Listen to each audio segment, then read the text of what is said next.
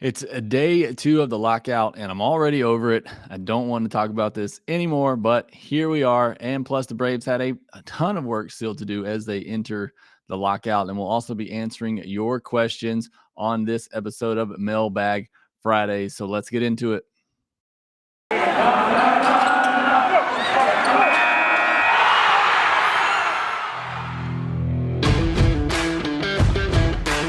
Hey, this is Stacey Gotsoulias, DC Lundberg, Ryan Finkelstein, Taylor Blake Ward, host of Locked On Yankees, Locked On Mariners, Locked On Mets, Locked On Angels, and you're listening to Locked On Braves. Locked On Braves, Locked On Braves, part of the Locked On Podcast Network.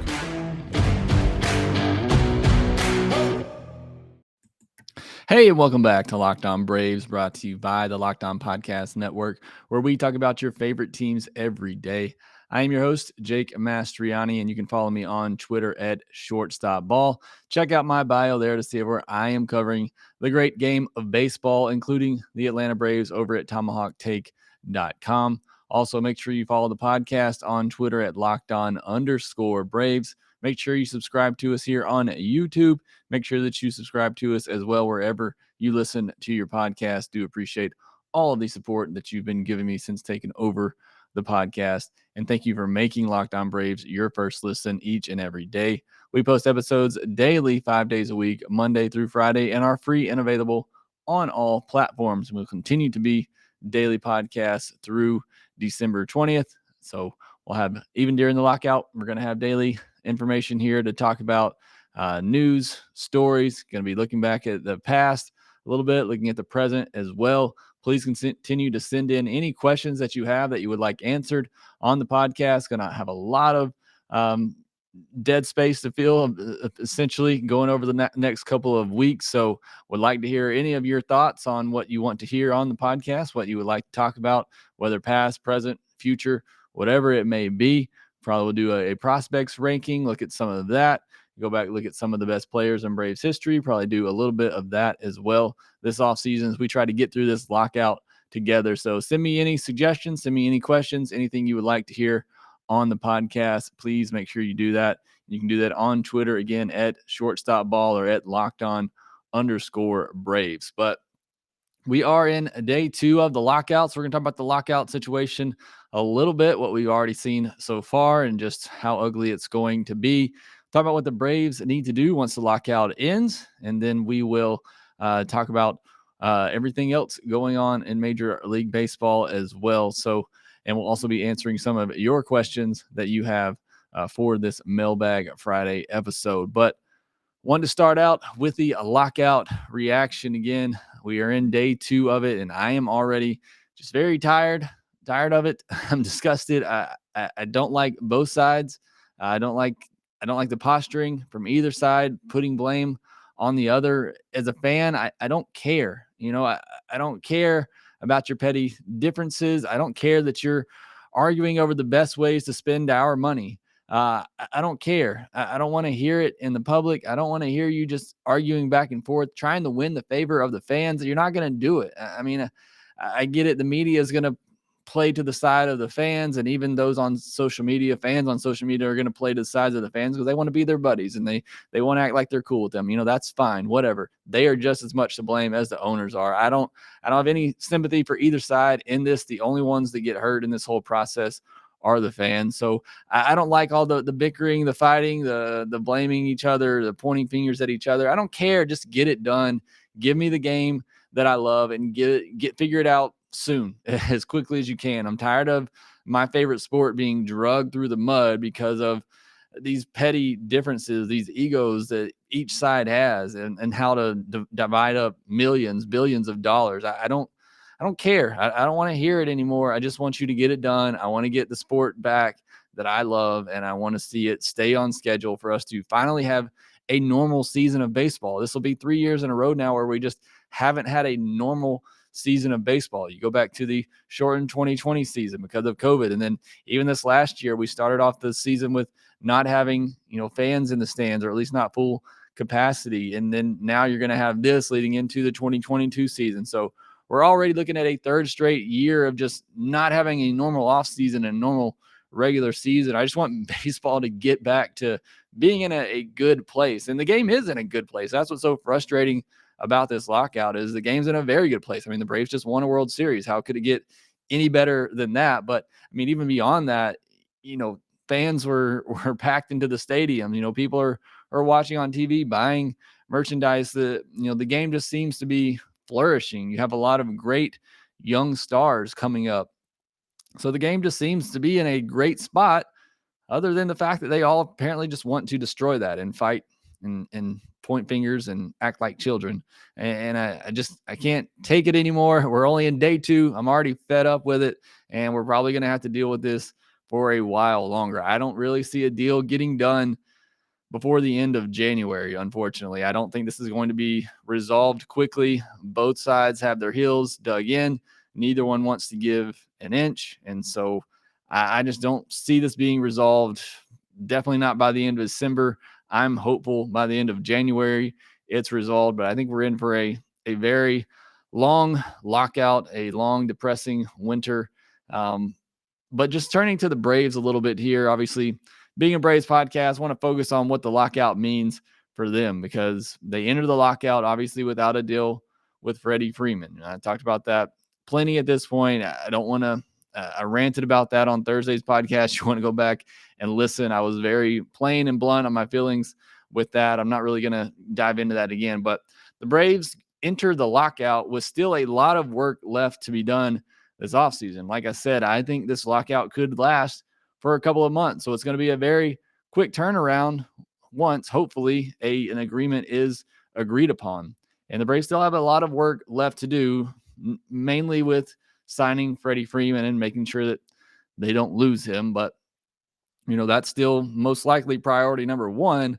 What might also become priority number one is what to do with Marcell Ozuna. Do they just simply cut him and eat the money? Do they find somebody that they can trade him to and maybe a swap of bad salaries and the Braves give up some prospects and the other team just dumps Ozuna? Or maybe they're fine with playing him. I mean, that's certainly could be the case. I mean, somebody's probably going to give him a second chance. I just personally don't believe it will be the Braves. I don't think it should be the Braves. So that might be priority number one for Alex Anthopoulos is figuring out what to do with Marcell Ozuna. Do they play him? Do they cut him? Do they trade him? I talked about that the other day. Those are essentially their 3 options. I think cutting him or trading him are the top 2 options. I don't think he can play. I don't think you can put him back in that clubhouse again. I don't see that happening. But I think Alex has to figure out what to do with that. How much money could he, potentially save in order to spend more on Freddie Freeman, on other free agents, and get other moves done this offseason that, again, still need to get done. So those are 2, top 2 priorities that still big priorities that need to get done by the Atlanta Braves once the lockout ends. Signing Freeman, figuring out what they're going to do with Marcell Ozuna. And then you still got to find some help in the outfield. They apparently have tendered a contract to Adam Duvall. We don't know the numbers, the figures there yet, but they'll have Adam Duvall. They got Heredia, got Acuna coming back at some point, but likely won't be ready for the start of the season. Do you start Pache in the outfield? So they still need some help in the outfield. Again, I'm assuming Ozuna won't be part of that equation. So, whether that's bringing back Eddie Rosario, whether it's bringing back Jorge Soler, which we're going to talk about those 2 guys here in a minute specifically, there's still some work to be done in the outfield and figuring out that situation. That's probably priority number 3 for me. And then we'll also talk about this as well, but just adding depth to the starting rotation and the bench. I mean, I talked about this a lot off season. I thought the Braves went into the season with an incomplete 26-man roster. The starting 9 were good. The top of the rotation was good. The back of the bullpen was good, but there wasn't much depth behind those guys. Now, they got some big hits early from Adrianza and Pablo Sandoval that made you think, okay, maybe this bench isn't as bad as we thought. Turned out it was as bad as we thought as the season went along. So, I would like to see the Braves go into a season with those things complete, with a, complete depth of roster. That's always the hope. It's not always attainable, but would certainly like to see them add some depth in the starting rotation. Already kind of added some depth in the bullpen with Kirby Yates, although he may not be available for a while, but they also got Jay Jackson from the Giants. You got some depth on the bench as well, but need to add some more there. You got Manny Pena, They brought back Orlando Arcia, who's going to be part of the bench, but you need some more there as well. All right, next we're going to look at or take some of your questions from Twitter and answer some of those. But before we do that, let me tell you about Built Bar. This holiday season, grab the protein bar that tastes like a candy bar or even better than a candy bar. Built Bar filled with so much holiday goodness, rich with decadent flavor, covered in chocolate, but amazingly low in calories, sugar, net carbs, and fat, and high in protein. You get the best of both worlds, delicious and healthy. So many flavors, you'll have a hard time choosing. Well, you have the raspberry or mint brownie, the cherry or double chocolate, the cookies and cream or peanut butter brownie.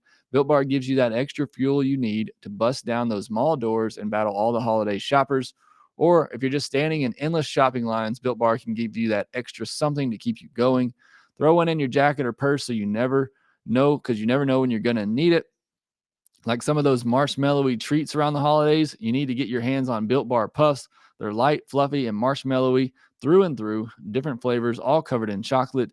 Taste so good, you won't believe that they're filled with protein. Go to built.com, use promo code LOCKED15, and you'll get 15% off your next order. That's LOCKED15 for 15% off your next order at built.com. All right, so got a couple of questions here I wanted to get answered. Both of them coming from Chris Chaffee 84 on Twitter. Hopefully I'm saying that right. Chris, apologize if not. But he had a couple of questions that wanted answered on the podcast. First one being, do you think the Braves will sign another starting pitcher? And, I kind of already noted this in the first segment there. I think they definitely should be looking at starting pitching options for depth purposes.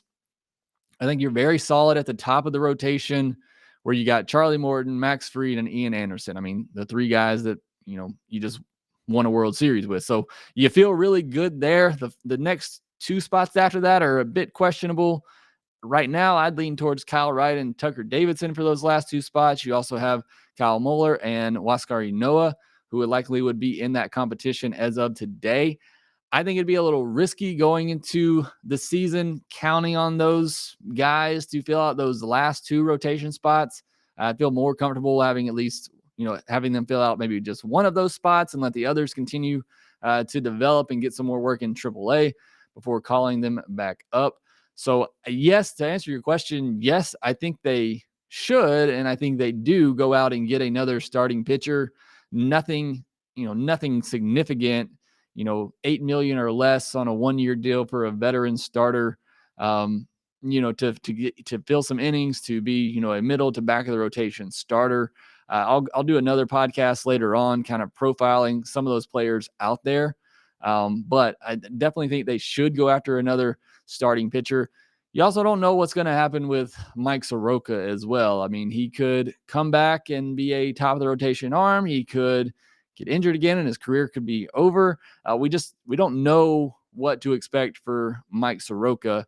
But you also, you have to keep that in mind. But at the same time, I don't think Alex Antablos and the Braves front office can go into the season really expecting anything from him. I don't even think he needs to be on their radar right now. I think they need to move forward expecting he's not going to be there. And then if he is, then it's just a bonus. It's an added surprise. That's the way I would view it right now with Soroka. So with that in mind, they definitely should, and I think they do go out and get another starting pitcher this offseason, whenever the offseason starts again.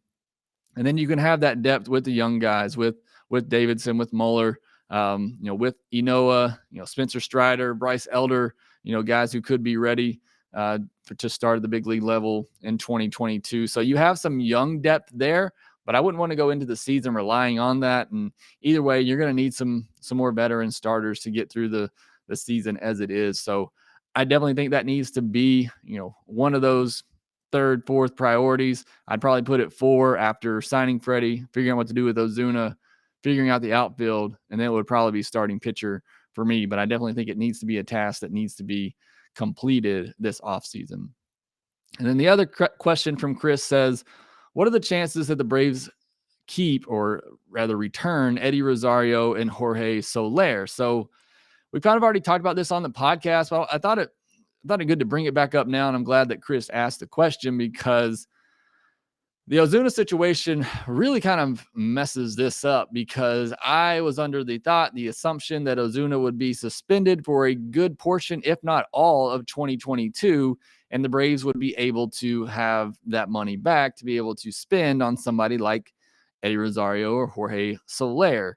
Now that that's not the case, and the Braves are on the hook for that money, and if Ozuna is going to be on the roster, he's going to take up one of those spots in some of those at bats. So again, this is where everything is kind of on hold until you figure out what's going to happen with Ozuna. Because if you can trade Ozuna and somehow save some money there, then I think you have the ability to go out and maybe get Eddie Rosario and Jorge Soler.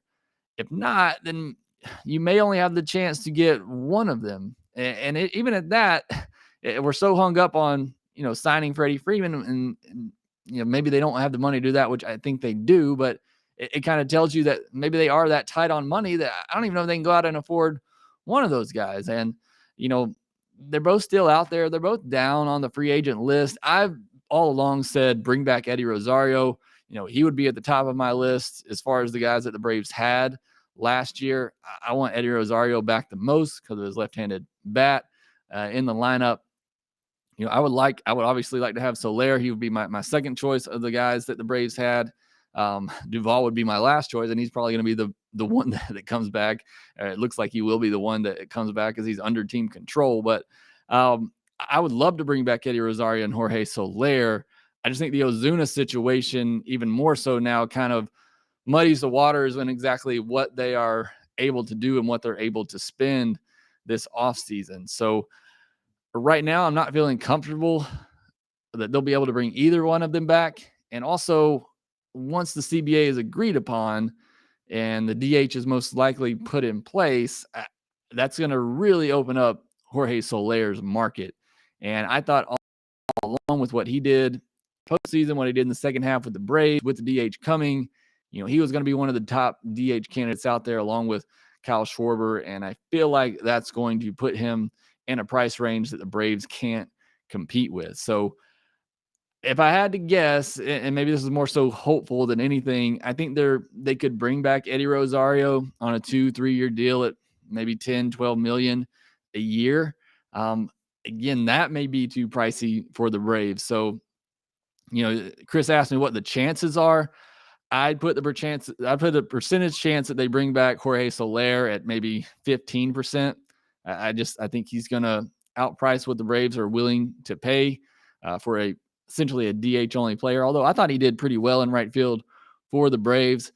I'd put Eddie Rosario at about 45%. I'm not feeling as confident there either, but I think they have a better chance of signing him than Soler. So that's where I would put the percentage chances of them bringing either of those guys back, less than 50% for both of them.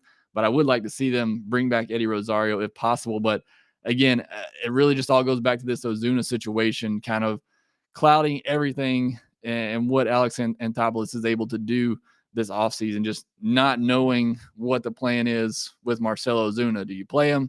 Do you cut him? Do you trade him? You got to do one of those things, and I just don't see how you play him. And if you're not going to play him, then you're going to have to eat that money or try to find a way to save as much of it as you can. So until that gets sorted out, I don't think the Braves are going to do much of anything free agency wise. All right, we'll take another break here and we'll answer one more of your questions before we get out of here. BetOnline has you covered all season for more props, odds, and lines than ever before as football season continues the march to the playoffs. BetOnline remains your number one spot for all the sports action this season. Head to their new updated desktop or mobile website to sign up today and receive your 50% welcome bonus on your first deposit. Just use our promo code LOCKEDON to receive your bonus. From basketball, football, NHL, boxing, and UFC, right to your favorite Vegas casino games. Don't wait to take advantage of all the amazing offers available for the 2021 season. BetOnline is the fastest and easiest way to bet on all your favorite sports. BetOnline, where the game starts. All right, so our last question here comes from Jerusalem Jackalope, ninja_3 on Twitter. He says, will you be changing the name of the podcast to Locked_Out_Braves on Twitter? And a very funny question here from Jerusalem on whether or not we'll change the name. We'll not be changing the name, but what this did make me think about, and again, just the silliness of this whole lockout thing is the fact that Major League Baseball, like immediately, like I was up all night waiting for the deadline. And as soon as it happened, Major League Baseball just had their finger on the trigger, ready to just wipe everything from the website that shows a Major League Baseball player, a current Major League Baseball player. And I just think that is the most ridiculous thing ever. And then like silly middle grade schoolgirls, the Major League Baseball players go out on Twitter and update their profile pic to a faceless canvas. I hate all of this. I don't like either side. Like it really is just like two middle school kids arguing and fighting it. And it's just the most childish thing ever, the way that both sides are handling this and trying to posture themselves in front of the fans, in front of social media, in front of the news to try to win the favor of fans. And I will not buy into it whatsoever. Like even Tyler Matzik, yeah, it's funny the stuff he's tweeting about. You know what, Tyler? I don't care. Just shut your mouth. Like I don't care. I don't care. I don't want to hear it. I don't want to hear you point fingers at Rob Manfred as much as I can't stand Rob Manfred. And Rob, I don't want Rob Manfred. I don't want to hear you pointing fingers at the players. Like they're not trying to negotiate in good faith. You're the last person to accuse somebody of not negotiating in good faith. I'm sick of it. I'm sick of the childishness from both sides here. I don't want to hear the players on social media pointing fingers and making jokes about the owners and whatever. They pay their checks. They own the team. You know, as much as you want to argue and fight for what you want, and that's fine. They own the team. They are the owners of the team. I just can't stand it from either side, and I don't want to hear it. I don't care. I don't care what the players are saying on Twitter. I don't care how much dirt they want to throw on the other side. It just makes me not like you even more. I don't want to hear it. Just shut up, get a deal done. That's all I care about as a fan. Get a deal done. You're not going to win any battles on Twitter or social media with me pointing fingers at the other side. So quit the childishness. Just get a deal done. Get baseball back. That is the point of this podcast for me. If you don't take anything else away, is just ignore the noise and get a deal done. Go lock yourselves in a room, put on your big boy pants and get a deal done. Suck up your pride, put it away and get a deal done. I'm so sick of it. And we're only 2 days in and we got a long way to go. So you'll have to bear with me, but I just can't stand it all. I'm already over it.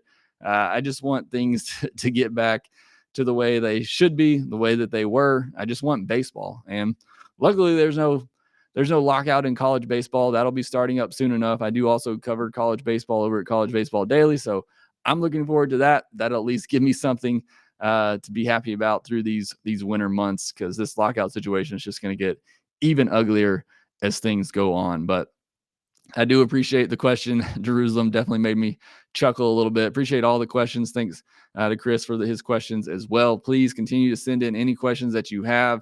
You know, even if it's not for just a Friday mailbag, just continue to send in your questions, topics you would like to discuss on the podcast. And I'll be glad to do that as we go throughout this lockout together.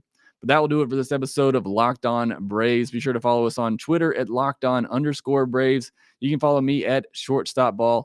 Also, subscribe to us on YouTube and make sure that you rate, review, and subscribe to the Locked On Braves podcast wherever you get your podcast. And we will talk to you next time.